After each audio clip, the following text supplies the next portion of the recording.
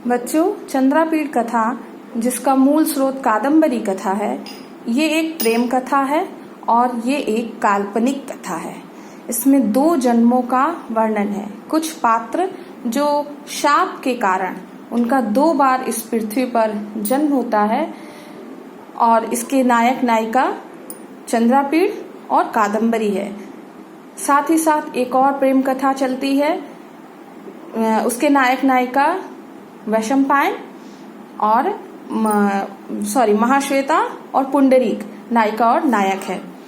तो बच्चों, first year में जब हमने पढ़ा था चंद्रापीड़ कथा, तो उसका प्रारंभ महाराजा शूद्रक की सभा से होता है कि महाराजा शूद्रक अपनी सभा में बैठे हैं और एक चांडाल कन्या पिंजड़े में एक तोता लिए महाराजा शूद्रक की सभा में आती है और वो राजा को वह भेंट देती है। फिर वह तोता मनुष्यवाणी में राजा का जयकार करता है।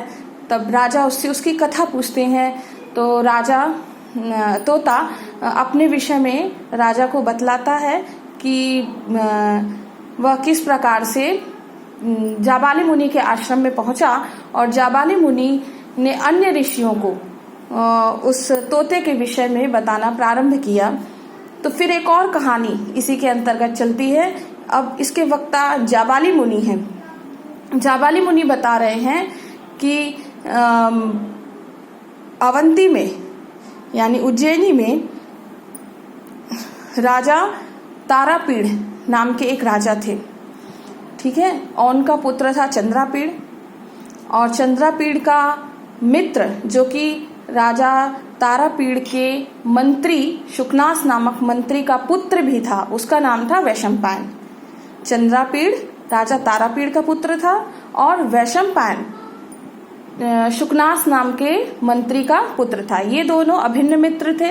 ये दोनों एक दिन दिग्विजय के प्रसंग में सुवर्णपुर नाम की नगरी में पहुंचे और उसी क्रम में, हम शॉर्ट में बता रहे हैं आपको कहानी, उसी क्रम में चंद्रापीड़ किन्नर युगल का पीछा करते करते एक तपोवन में आ पहुंचा और उसने महाश्वेता को देखा। एक मंदिर में, एक शिवालय में महाश्वेता को देखा। फिर महाश्वेता ने उसे अपनी कहानी बताई। अब ध्यान दीजिएगा, यहाँ कहानी के अंदर कहानी चल रही है। तो वो महाश्वेता अपना परिचय देती है कि मेरा नाम महाश्वेता है और अतिथि का स्वागत है। इस तरह करके वह चंद्रापीड़ का स्वागत करती है और फिर वो महाश्वेता अपनी कहानी बताती है। अपनी कहानी मतलब अपनी प्रेम कथा बतलाती है कि किस प्रकार से वो पुंडरीक से मिली। ये सब आप पढ़ चुके हैं फर्स्ट ईयर में। किस प्रकार से वह पुंडरीक से मिली, उस पर आसक्त हुई, फिर पुंडरीक मर गया और उसके शरीर को आकाश में कोई लेकर उड़ गया, इत्यादि इत्यादि वह कहानी बतलाती है। फिर वो अपनी एक सखी के बारे में बताती है। ये सखी है कादम्बरी, जो चंद्रापीड़ की नायिका है, लेकिन अभी वो उससे नहीं मिली है।